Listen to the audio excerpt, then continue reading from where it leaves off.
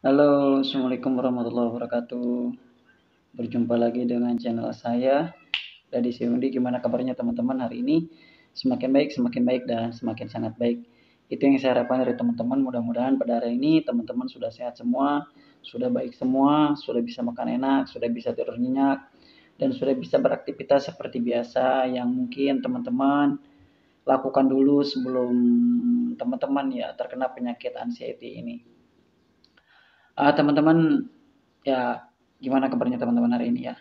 Saya yakin teman-teman itu sudah mulai sehat, sudah mulai bisa mengontrol emosinya, sudah bisa keluar rumah, sudah bisa beraktivitas ya. Saya yakin teman-teman bisa seperti itu karena memang kita itu harus sesering mungkin keluar rumah, harus sesering mungkin beraktivitas walaupun ringan ya, seperti itu. Nah, teman-teman ya,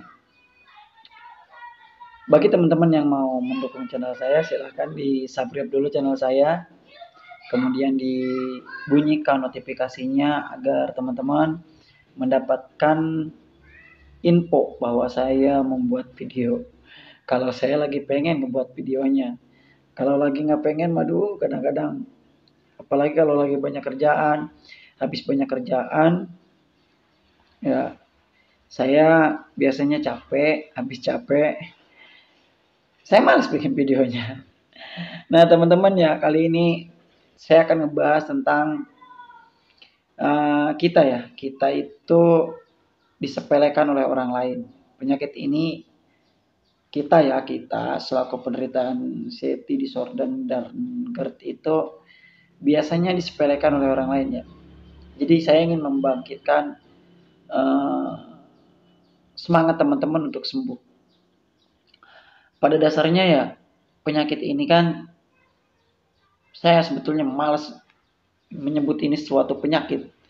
Karena yang namanya penyakit itu terdeteksi oleh alat ataupun ya oleh dokter pun bisa gitu kan mendiagnosa kita itu sakit apa. Kalau misalkan sakit mata kan gejala fisiknya ada. Kalau misalkan tukak lambung kan gejala fisiknya ada gitu kan.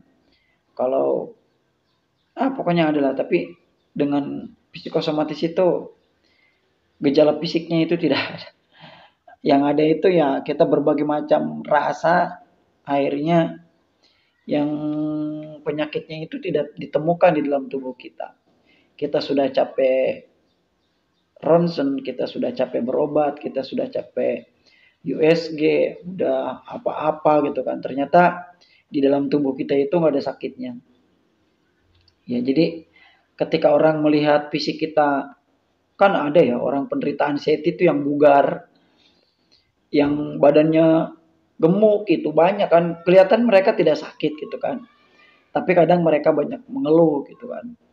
Ada juga yang penderita anxiety ataupun psikosomatis itu kurus gitu kan. Kayak saya kurus ya. Eh, tapi tidak kelihatan sakitnya. Jadi memang penyakit ini banyak sekali tidak dimengerti orang yang sehat, normal gitu. Jadi seberapapun Anda lamanya menceritakan penyakit Anda ke orang yang tidak mengalami ini, mereka akan biasa-biasa saja gitu kan, tidak menanggapi, no respect gitu kan. Bahkan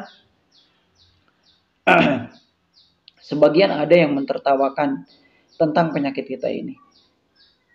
Ya, kemudian bingungnya juga kan gini, orang penderita seperti kita hanya akan paham itu berbicara dengan orang yang sependerita juga gitu kan. Tapi kalau misalkan selama ya kita ngobrol dengan non sependeritaan, kita itu akan sok aja lah teman-teman. Coba teman-teman cerita sama yang teman-teman ke teman-teman gitu kan, ke orang normal, mereka itu seperti keheranan dengan apa yang kita rasa. Bahkan saya ngerasa gitu kan, dulu ketika saya menceritakan penyakit saya ke orang itu, sepertinya mereka itu ngebully saya gitu kan.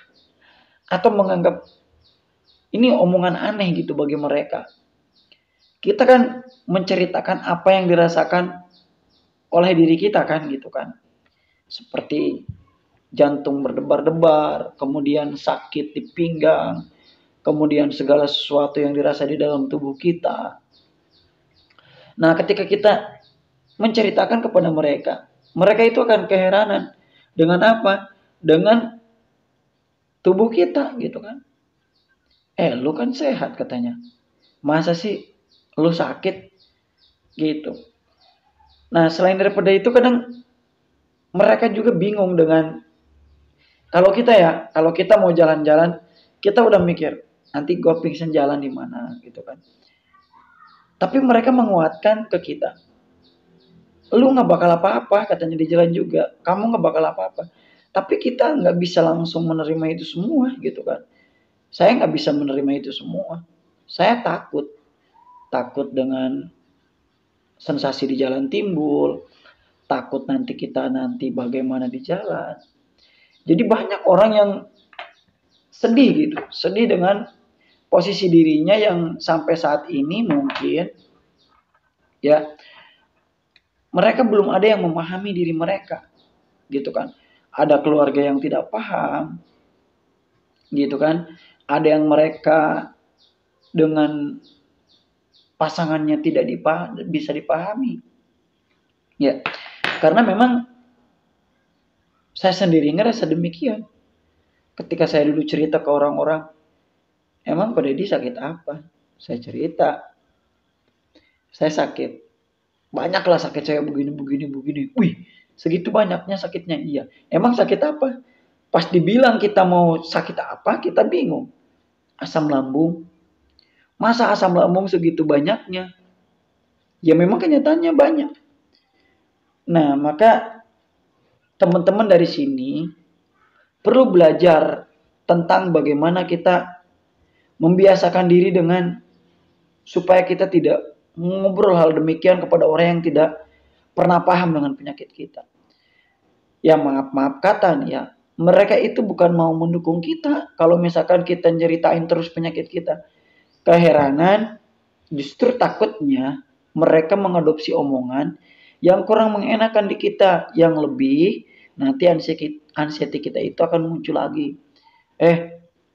Tetangga saya kemarin mirip loh penyakitnya kayak sampean misalkan. Begini nanti kejadiannya. Nah, itu kan justru akan memperburuk suasana hati kita. Harusnya kita segar bugar, justru karena ada omongan hal seperti itu menjadi kurang bugar. Ya, saya yakin teman-teman bisa menghadapi ini semua dengan orang yang mungkin bisa dipercaya sama teman-teman. Nah, kemudian teman-teman, ya pernah nggak merasa teman-teman sendiri gitu kan dengan penyakit ini? Jangan-jangan saya cuma seorang diri aja merasa saya sakit. Saya juga dulu gitu awalnya. Saya dulu ngerasa saya itu sendiri doang. Saya doang yang terkena penyakit ini dan parah. Ternyata jangan salah teman-teman ya. Banyak sekali orang yang terkena penyakit ini. Dari kalangan muda sampai kalangan tua itu kena semua. Ya, ada yang masih sekolah SMA, ada yang udah tua juga kena. Ada juga yang mereka pura-pura tidak kena padahal mereka kena gitu kan. Jadi sebaiknya gitu kan. Jika teman-teman mau ngobrol, mending nyari kepada orang-orang yang paham atau orang-orang yang pernah kena dengan penyakit kita. Kalau misalkan kita menceritakan kepada orang-orang yang belum pernah terkena penyakit ini, takutnya menjadi beban buat kita. Kenapa sih mereka nggak menanggapi kita? Ya pada dasarnya kan mereka itu nggak paham, nggak ngelihat dengan posisi kita, dengan rasanya kita di dalam tubuh kita seperti apa, gitu. Harusnya kita sudah bisa gitu kan keluar dari zona seperti ini. Oke, itu saja. Salam sembuh dari saya dan di Sehundi. Wabillahi taufiq wal hidayah. Wassalamualaikum warahmatullahi wabarakatuh. Ngantuk saya belum tidur. Loh, saya tidur semalam jam 3, bangun jam 5. Sekarang saya ngantuk. Oke.